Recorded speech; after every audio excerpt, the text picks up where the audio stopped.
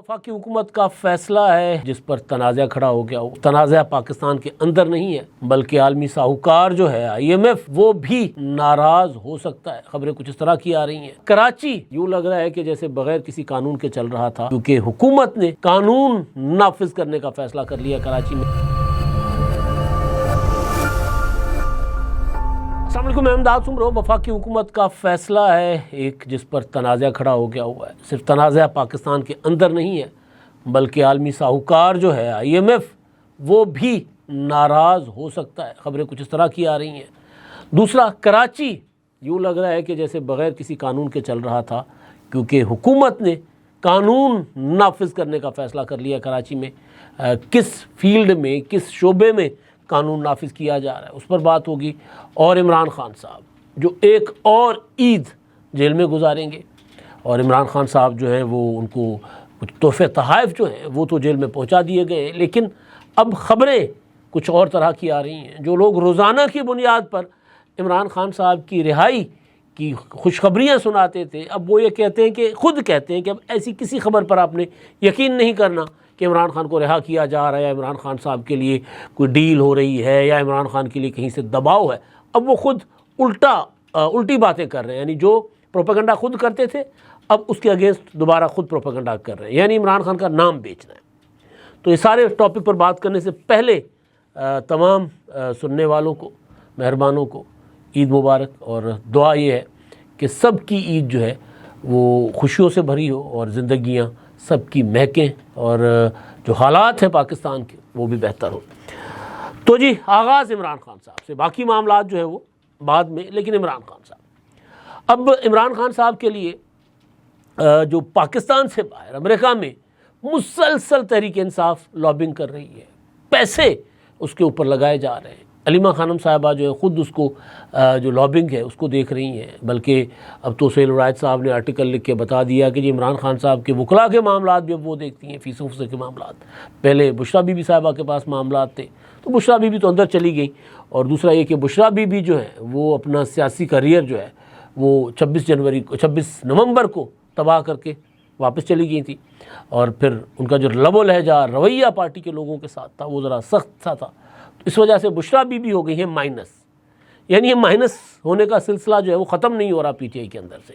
Imran Khan minus, فلاں minus, فلاں minus, اب بشریٰ بی بی مائنس، اور عمران خان صاحب خود زیادہ تر لوگوں کو مائنس کر رہے ہیں، یعنی ایک تو حکومت مائنس کرے، اسٹیبلشمنٹ مائنس کرے، سزائیں ہو جائیں، لیکن عمران خان اس سے ہٹ کے لوگوں کو مائنس کیے جا رہے ہیں۔ شیر افضل مروت کو مائنس کر دیا، پارٹی کے کئی اور لوگوں کو مائنس کیا عمران خان صاحب نے۔ اب خبریں یہ ہیں کہ جی علی امین گنڈاپور کو بھی مائنس کر سکتے ہیں کسی بھی وقت۔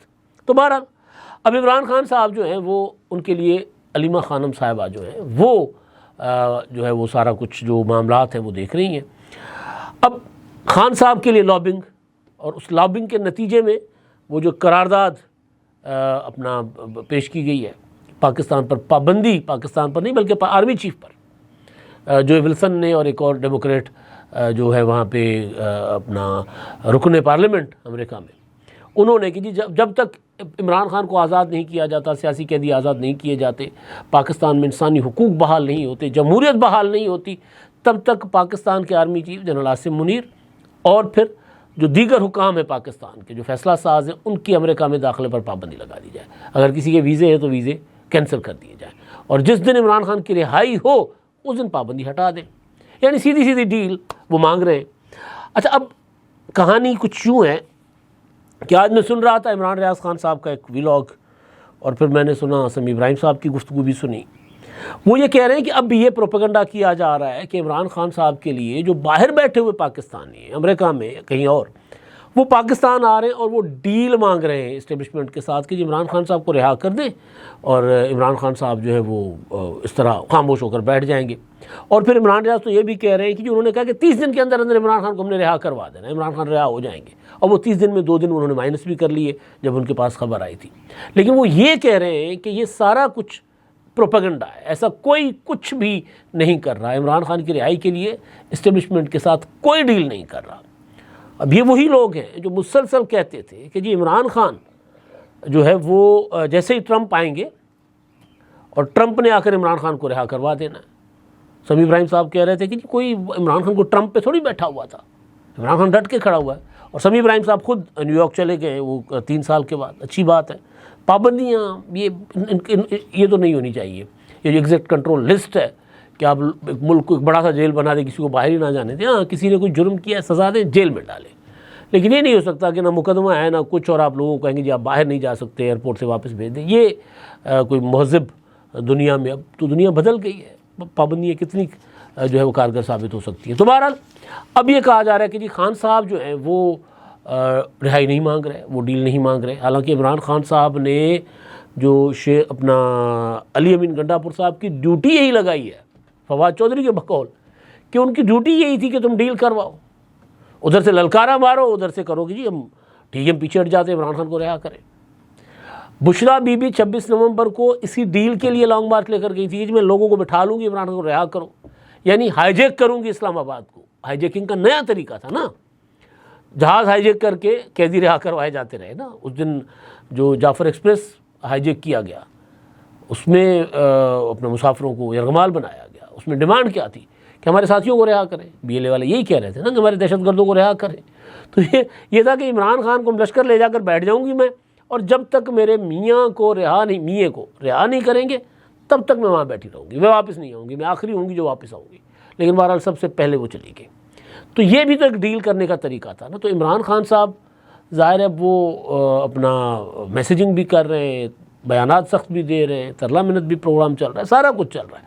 لیکن میں گزارش یہ کرنا چاہ رہا تھا کہ جو لوگ ہر روز مطلب کہا گیا جی 20 دسمبر کو یا 25 دسمبر کو تو کال آ رہی ہے ٹرمپ کی، انہی لوگوں نے کہا تھا نا کہ وہاں پر وہ سارا معاملہ طے ہو گیا، عمران خان کو رہا کروایا جائے گا.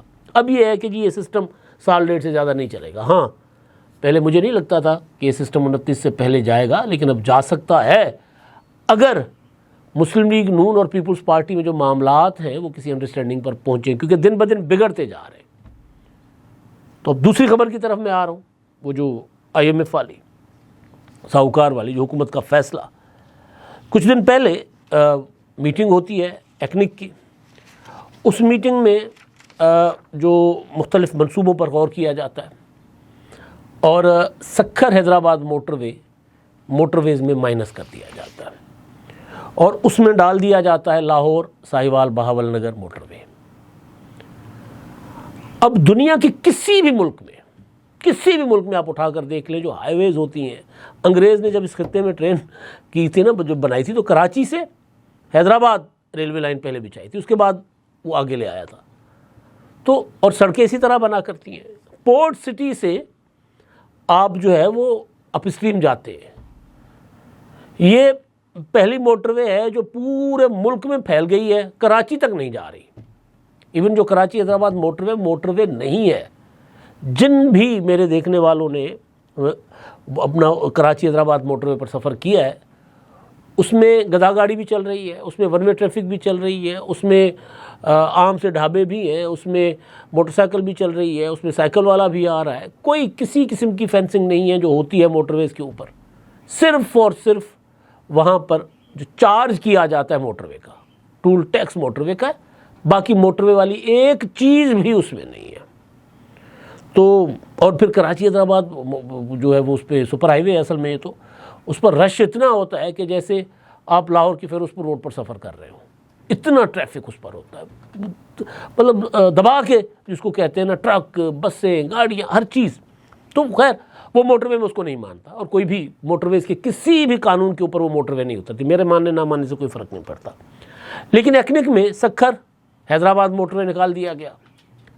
اب اس میں سندھ حکومت کا چیخنا چلانا رونا دھونا اپنی جگہ، لیکن شہباز رانا صاحب ہیں بڑے اپنا کیا کہتے ہیں معتبر جرنلسٹ ہیں، یہ جو بزنس اور کامرس کرتے ہیں، ان معاملات کو دیکھتے ہیں، IMF وغیرہ کی ایشوز کو بھی وہ بڑا قریب سے کور کرتے ہیں. انہوں نے کسی پروگرام میں اپنا تجزیہ دیا ایکسپریس ٹی وی پر.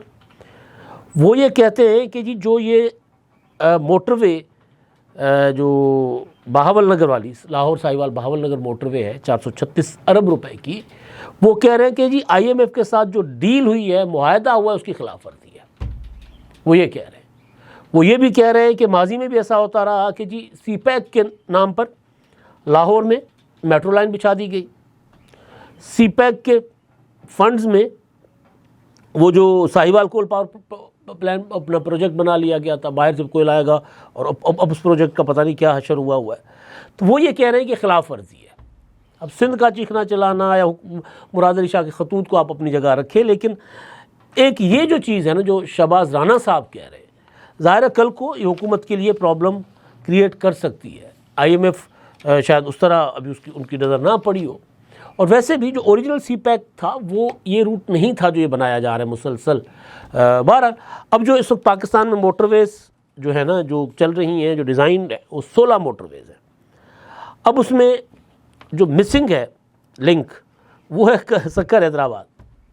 یعنی جب تک آپ اس اور سکھر سے حیدرآباد تک جو سفر ہے نا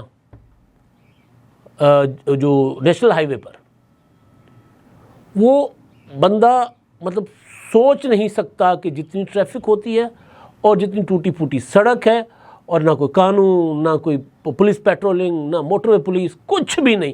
آپ کو کوئی ڈیڑھ دو گھنٹے بعد کوئی ایویں گاڑی موٹر والی نظر آئے گی، ورنہ نظر نہیں آئے گی. تو یہ ایشو ایک بار پھر وہ جو حکومت، وفاقی حکومت اور پیپلز پارٹی میں ایک تنازع کی وجہ بنے گا. ابھی یہ ایشو اس لیے ہائی لائٹ نہیں ہو رہا کیونکہ پیپلز پارٹی کو گلے پڑ گئے ہیں کینالز، اور کینالز کے معاملے پر میں سن رہا تھا منیب فاروق صاحب کلیم کر رہے ہیں کہ جی ان کی ایک بڑی اعلیٰ حکومتی شخصیت سے ملاقات ہوئی، نون لیگ سے تعلق، یعنی وہ کہتے ہیں وزیر اعظم نہیں، ان سے نیچے کی اعلیٰ شخصیت. تو کہتے ہیں جی ان سے جب میں نے بات کی کہ جی کینالز کا مسئلہ پیپلز پارٹی ناراض ہے، انہوں نے کہا پیپلز پارٹی ہم سے کیوں ناراض ہے، وہ حکومتی شخصیت کہتی ہے ہم نے کیا کیا، کون سا ہمارا پروجیکٹ ہے. کہتے ہیں اسلام آباد کی طرف تو دیکھتے ہیں، پنڈی کی طرف کیوں نہیں دیکھتے، ان کو پتہ ہے پنڈی والوں کا منصوبہ ہے، تو ان سے بات کریں. یعنی مسلم لیگ نون کی وفاقی حکومت بھی ایک کینالز کے پروجیکٹ کو اون نہیں کر رہی. وہ کہتے ہیں اچھا جی پیپلز پارٹی نے حکومت چھوڑنی ہے چھوڑ دے، چلے جائیں، ہمیں کوئی فرق نہیں پڑتا. اب یہ وہ چیز ہے، یہ وہ رویہ ہے جس کی وجہ سے میں نے کہا تھا. اب یہ منیب فاروق صاحب کلیم کر رہے ہیں، رانا ثناءاللہ صاحب کہہ رہے ہیں کہ نہیں ہم نے اتفاق رائے پیدا کرنا ہے مل بیٹھ کے، لیکن وہ کہہ رہے ہیں اندر کھاتے یہ چیزیں چل رہی ہیں. اب یہ وہ رویہ ہے جس کے لیے میں نے کچھ دن پہلے کہا تھا کہ جی جس اسٹیج پر، جس لیول پر عمران خان جو ہے وہ ان کو پہنچنے میں 2-2.5 سال لگے تھے، یہ حکومت 1.5 سال میں پہنچ گئی ہے مسلم لیگ نون کی. یعنی اتحادیوں کو ہم نے نہیں بنانا، وہ بنائیں گے، اسٹیبلشمنٹ بنائے گی. کوئی کرنل، کوئی وہ جو عمران خان کہتے تھے کہ جی مجھے، میں تو ان کو کہتا تھا وہ مجھے بندے پورے کر کے دیتے تھے.